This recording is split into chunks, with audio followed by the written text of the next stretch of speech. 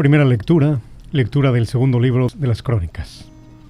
En aquellos días, todos los sumos sacerdotes y el pueblo multiplicaron sus infidelidades, practicando todas las abominables costumbres de los paganos, y mancharon la casa del Señor, que Él se había consagrado en Jerusalén. El Señor Dios de sus padres los exhortó continuamente por medio de sus mensajeros, porque sentía compasión de su pueblo y quería preservar su santuario. Pero ellos se burlaron de los mensajeros de Dios, despreciaron sus advertencias y se mofaron de sus profetas, hasta que la ira del Señor contra su pueblo llegó a tal grado que ya no hubo remedio. Envió entonces contra ellos al rey de los caldeos, incendiaron la casa de Dios y derribaron las murallas de Jerusalén. Pegaron fuego a todos los palacios y destruyeron todos sus objetos preciosos, a los que escaparon de la espada. Los llevaron a cautiverio a Babilonia, donde fueron esclavos del rey y de sus hijos, hasta que el reino pasó el dominio de los persas, para que se cumpliera lo que Dios dijo, por boca del profeta Jeremías. Hasta que el país haya pagado sus sábados perdidos, descansará la desolación hasta que se cumplan 70 años. En el año primero de Ciro, rey de Persia, el cumplimiento de las palabras que habló el Señor por boca de Jeremías, el Señor inspiró a Ciro, rey de los persas, el cual mandó proclamar la palabra y por escrito en todo su reino lo siguiente. Así habla Ciro, rey de Persia: el Señor Dios de los cielos me ha dado todos los reinos de la tierra y me ha mandado que le edifique una casa en Jerusalén de Judá. En consecuencia, todo aquel que pertenezca a este pueblo, que parta hacia allá y que su Dios lo acompañe. Y esto es palabra del Señor. El Salmo responsorial está tomado de fragmentos del Salmo 136 y dice de la siguiente manera: la salmodia es: que se me pegue la lengua al paladar si no me acuerdo de ti. Junto a los canales de Babilonia nos sentamos a llorar con nostalgia de Sión. En los sauces de sus orillas colgábamos nuestras cítaras. Allí los que nos deportaron nos invitaban a cantar, nuestros opresores a divertirlos. Cantemos un cantar a Sión. ¿Cómo cantar un cántico del Señor en tierra extranjera? Si me olvido de ti, Jerusalén, que se me paralice la mano derecha, que se me pegue la lengua al paladar si no me acuerdo de ti, si no pongo a Jerusalén en la cumbre de mis alegrías. Que se me pegue la lengua al paladar si no me acuerdo de ti. Lectura de la carta del apóstol San Pablo a los Efesios. Segunda lectura. Hermanos, la misericordia y el amor de Dios son muy grandes, porque nosotros estábamos muertos y por nuestros pecados, y Él nos dio la vida, como Cristo y en Cristo. Por pura generosidad suya hemos sido salvados. Con Cristo y en Cristo nos ha resucitado, y con Él nos ha reservado un sitio en el cielo. Así, en todos los tiempos, Dios muestra por medio de Jesús la incomparable riqueza de su gracia y de su bondad para con nosotros. En efecto, ustedes han sido salvados por la Iglesia mediante la fe, y esto no se debe a ustedes mismos, sino que es un don de Dios. Tampoco se debe a las obras para que nadie pueda presumir, porque somos hechura de Dios, creados por medio de Cristo Jesús para hacer el bien de Dios ha dispuesto que hagamos. Y esto es palabra del Señor. El fragmento evangélico está tomado del Evangelio de San Juan, capítulo 3, y dice de la siguiente manera: en aquel tiempo Jesús le dijo a Nicodemo: así como levantó Moisés la serpiente en el desierto, así tiene que ser levantado el Hijo del Hombre, para que todo el que crea en él tenga vida eterna. Porque tanto amó Dios al mundo que le entregó a su Hijo único, para que todo el que crea en él no perezca, sino que tenga vida eterna. Porque Dios no envió a su Hijo para condenar al mundo, sino para que el mundo se salvara por él. El que cree en él no será condenado, pero el que no cree ya está condenado por no haber creído en el Hijo único de Dios. Y la causa de la condenación es esta: habiendo venido la luz al mundo, los hombres prefirieron las tinieblas a la luz, porque sus obras eran malas.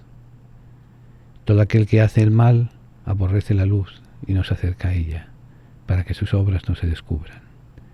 En cambio, el que obra el bien conforme a la verdad se acerca a la luz, para que vea que sus obras están hechas según Dios. Y esto es palabra del Señor.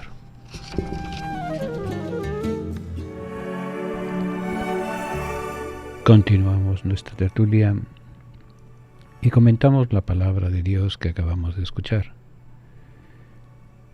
En la primera lectura nos dice: el Señor, el Dios de los cielos, me ha dado todos los reinos de la tierra. Con estas palabras el Ciro, rey de los persas, se anuncia a los hebreos y les anuncia la posibilidad de retornar a Jerusalén y reedificar el templo.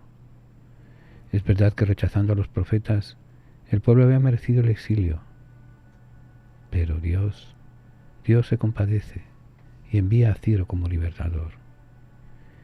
El Salmo 136, que lo leemos, el Salmo intermedio, invoca los tiempos del destierro y los cantos de los desterrados. Si algunos se acomodaban a la tierra del exilio, los verdaderos creyentes no querían dejar morir la esperanza de regresar a Jerusalén. Aquella liberación del pueblo de Israel había sido un don de Dios, pero en la carta a los Efesios se afirma que la salvación y la resurrección no la hemos conseguido nosotros por nuestro esfuerzo. Es un don gratuito de Dios, un Dios que es rico en misericordia, que nos amó cuando estábamos muertos por los pecados. En este cuarto domingo de Cuaresma leemos también el relato del encuentro de Jesús con Nicodemo. A lo largo de este diálogo, y un diálogo nocturno, aparecen 4 palabras inolvidables: salvación, creencia, vida eterna, luz. La salvación se nos presenta como liberación del mal. Los mordidos por las serpientes allá en el desierto se curaban al Señor al volver los ojos hacia la serpiente de bronce que Moisés había levantado en medio del campamento. Levantando en alto, Jesús manifiesta la misericordia de Dios, que no mandó a su Hijo al mundo para condenarlo, sino para que el mundo se salve por él. Pero la salvación ha de ser aceptada con fe. El texto evangélico nos recuerda 5 veces la necesidad de creer en Jesús y en su nombre, es decir, en su misión. Esa es la actitud fundamental para la salvación. El que cree en Él no será condenado. El que no cree ya está condenado, porque no ha creído en el nombre del Hijo único de Dios. La tercera palabra es la vida eterna. Quien crea que Jesús tendrá vida eterna, para eso vino al mundo, para demostrárnosla. La entrega de Jesús por nosotros es el signo definitivo del amor de Dios. Tanto amó Dios al mundo que entregó a su Hijo único para que no perezca sino ninguno de los que creen en Él, sino que tengan vida eterna. Teniendo en cuenta que el personaje Nicodemo acude durante la noche a encontrarse con Jesús, no es extraño que la cuarta palabra sea precisamente la luz. La luz es necesaria, y es necesaria para vivir, pero, sin embargo, hay personas que la detestan. Hay personas que, al parecer, prefieren las tinieblas. Sin embargo, comparado con ellas, hay también muchísimas otras que buscan la luz y que se acercan a esa luz. Detestan la luz todos aquellos que no viven de acuerdo con la bondad y la justicia. Se ocultan porque no quieren verse acusados por la maldad de sus acciones o omisiones. Prefieren las tinieblas a la luz los que viven en la confusión. Su conciencia les ha llevado a descubrir que en su vida no hay armonía, e intuyen que la belleza es armoniosa. Sin embargo, se acercan a la luz los que aman la verdad. La verdad no es algo que se conoce o se sabe. La verdad se practica cuando las obras son hechas según los planes de Dios. Evidentemente, en este relato del Evangelio, la luz no es algo, sino alguien. La verdadera luz que brilla en medio de nuestras tinieblas no puede ser otro que el mismo Jesús. Y los que se acercan a Él con fe reflejan en el mundo el resplandor de su luz. Pidamos al Padre Celestial, que sabemos que nos ha amado al mundo y nos ha ofrecido la salvación a los hombres. Por eso nos ha enviado a su Hijo como testigo de la verdad. Que el Espíritu Santo nos ayude a levantar con fe la vista hacia Él, para que su luz nos ayude a caminar hacia la vida eterna. Amén.